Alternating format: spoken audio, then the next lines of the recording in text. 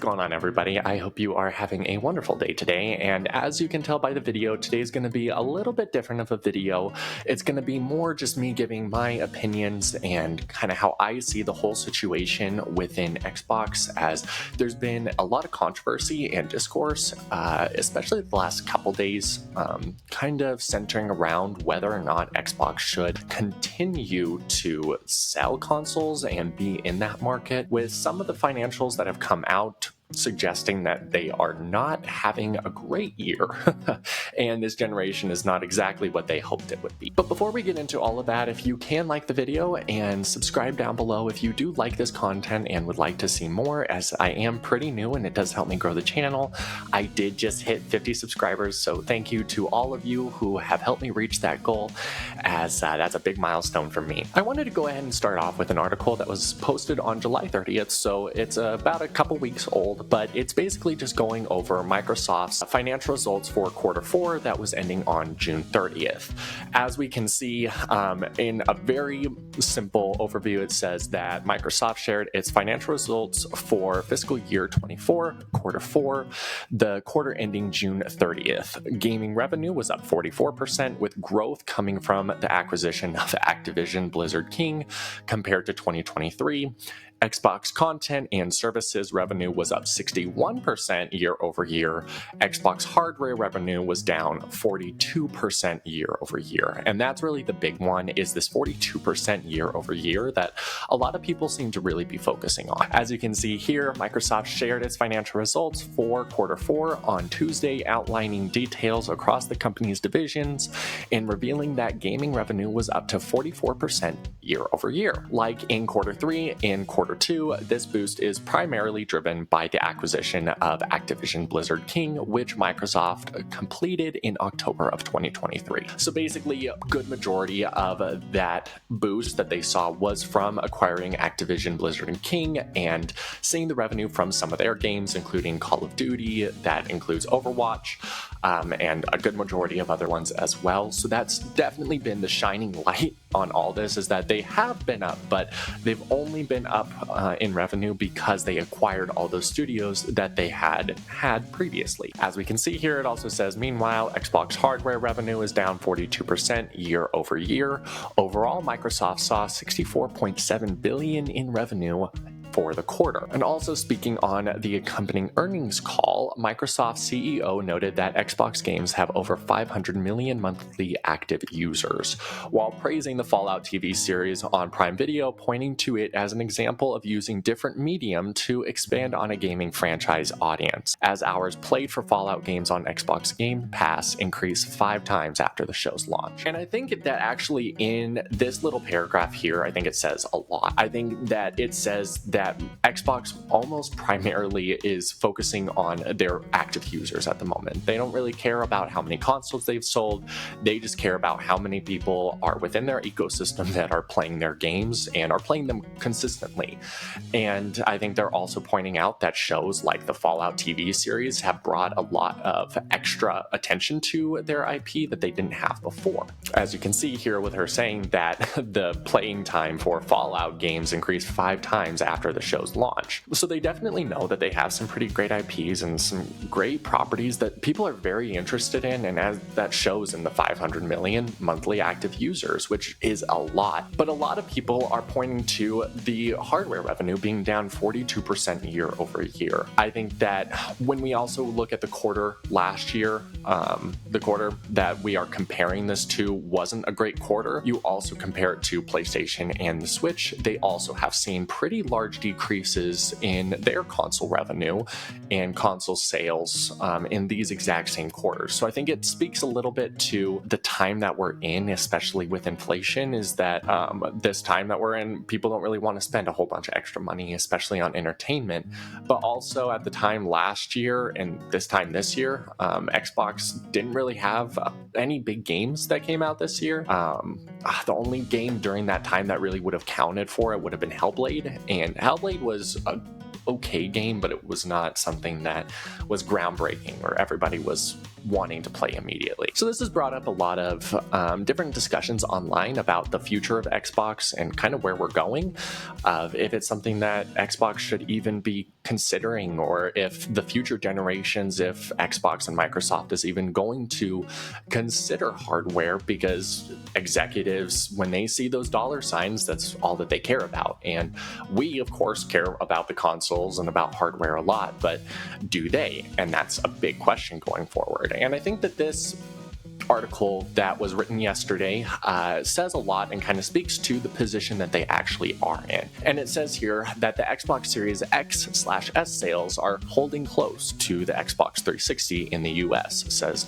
analysts. In recent months, we've heard plenty about Xbox's well-documented hardware sales struggles in Europe, but that isn't necessarily the case in the US, Xbox's primary market. Despite a big drop in worldwide sales last quarter, an industry analyst is on hand to remind us that the console is still doing pretty well in its home market. They go on to tell us that the console market isn't doomed despite sales dropping in certain regions, going on to say that Xbox sales are holding close to Xbox's 360 pace when compared to Xbox generations in the US. I think that also speaks a lot to kind of where Xbox is focusing mostly. They have said that they want to branch out, especially into Japan and into more the Asian market, but especially into Europe, they've always had a pretty large presence there. So it's been a little bit concerning when we see that it's a pretty big drop for consoles in those markets. But when we do consider their main market and what they want to focus on most, where their studios are, where most of their developers are, that is in the United States. And in the United States, it's holding pretty closely to the Xbox 360. The Xbox 360 had pretty incredible sales to start off for the generation.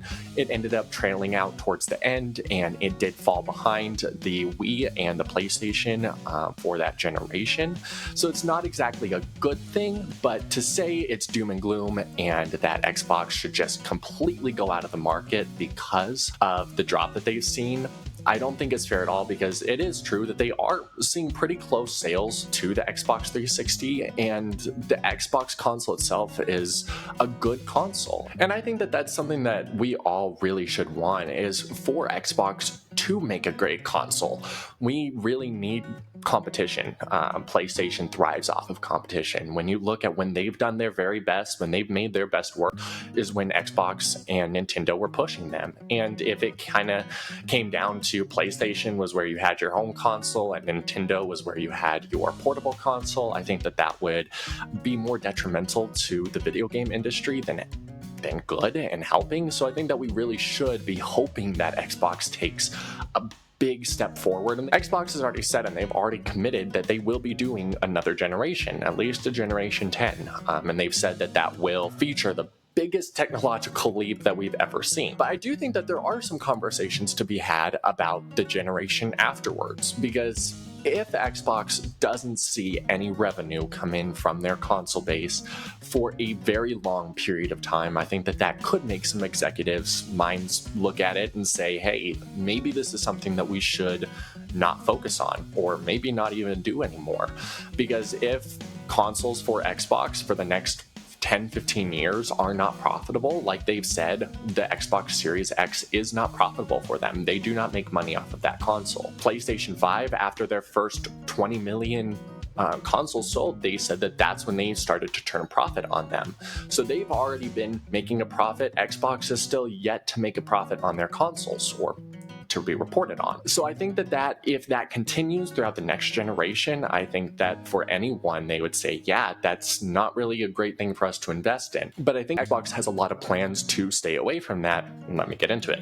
So I wanted to bring up a quick look at all of the first-party Xbox games that have already been announced.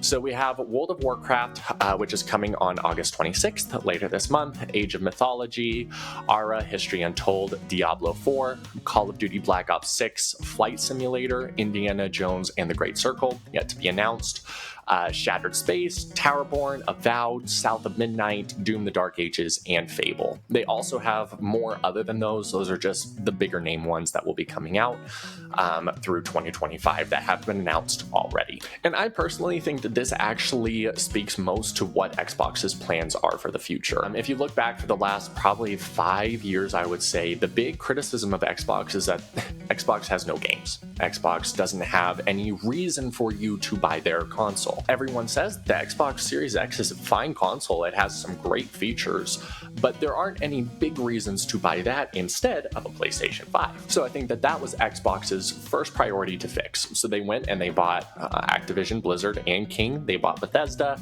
and they said, okay, we're going to get a lot of these really large IPs. We're going to get them out into people's faces. We're going to make sure that people know these are our games. And that's what they did with their showcase, is they had a lot of names come out.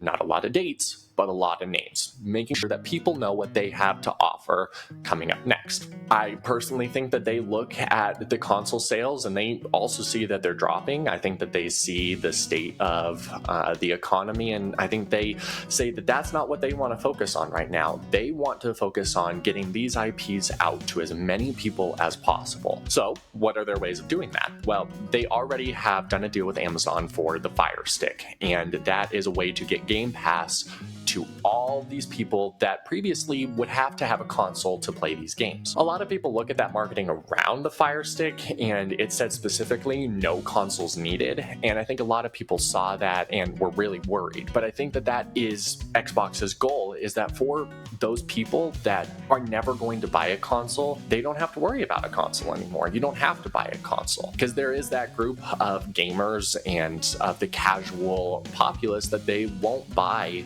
a console.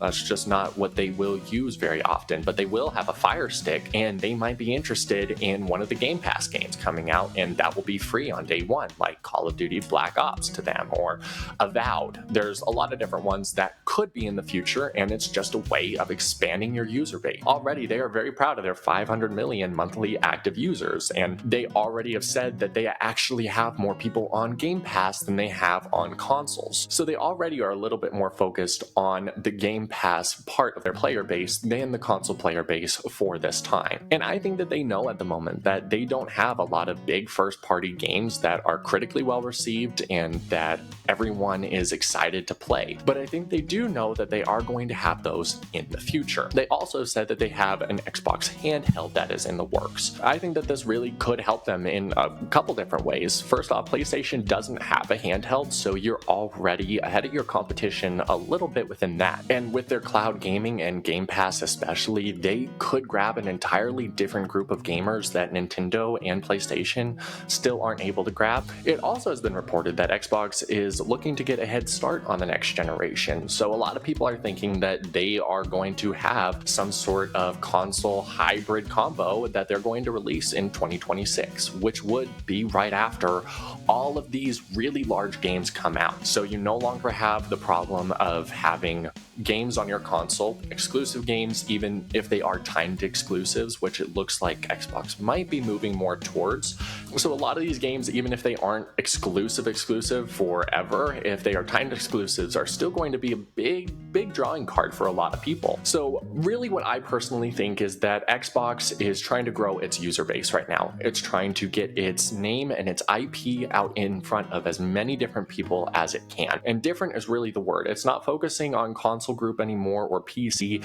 They are trying to get as many different people as possible. And then what their goal is, when they have the next Xbox that comes out in 2026 or 2028, whenever they want to, what they're going to say is, yes, you can play on your handheld if you want to. You can play on cloud. You can play just with Game Pass on PC. There's a lot of different ways that you can play it, but if you want the premium way and the best graphics and everything to go along and a way to use your handheld as well, that you're going to have a home console to do all of that with. And I think that is what their next play is going to be. What I think, and this is my personal prediction, is it has been reported that Obsidian, after they're done with Avowed and they are moving on and working on another project, and we know that they're working on the Outer Worlds 2, but another project as well.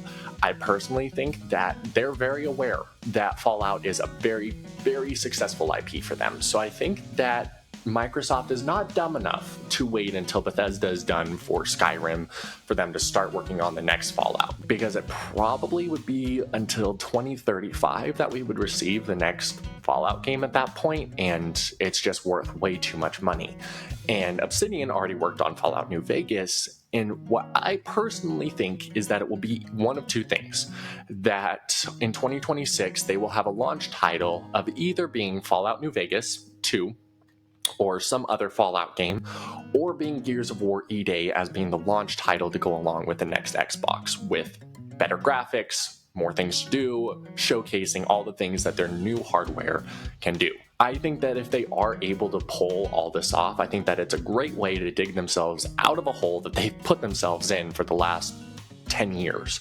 But if they are able to deliver these games, especially with consistency, some of these games like Avowed, South of Midnight, Doom, The Dark Ages look like they could be really, really good games for them. And if they are able to deliver them and they're reviewed well, I think that these games could really affect how people view the next Xbox and the desirability around the next Xbox as well. Because this could also work the completely opposite way. If these games are not managed well, if the studios aren't managed well, and the release dates are all over the place, and the games aren't very good, it could have the exact opposite effect, where their next console, no one really wants to look at it because everything that Xbox touches is not received well. So I think that it could go both ways, but I do think that from what we've seen with Avowed and Doom the Dark Ages, that some of these games are definitely going to be hits. Next year is already going to be a very, very busy year with GTA 6, and you have Monster Hunter Wilds and Doom the Dark Ages. It's going to be a very, very busy year next year, but PlayStation has already said that they probably are only going to have 2 games next year,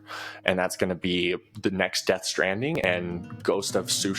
Marathon, that Destiny's been working on for a while, could possibly come out, but I really think that Marathon has been reported that it's been in some development hell. I really think that Marathon will be in 2026, not 2025. And who knows whether that's going to be exclusive to PlayStation, now that PlayStation has kind of taken over Bungie. We aren't completely aware of that, but that one could be exclusive to them as well. But PlayStation next year isn't going to have a massive year. It's a time when Xbox could really take advantage of that and get a head start. But this is my read of it and the situation and my understanding of kind of everything that is going on and my predictions. It's very possible that completely wrong on everything, as I have no clue what the executives are doing over at Microsoft, and I don't think a lot of people do, but that's what I think at least. And if you guys would like to hear more and would like more of these type of videos where we kind of look at things more journalistically, please let me know, and I would love to see you back in the next one. I hope you have a great rest of your day and have a good one.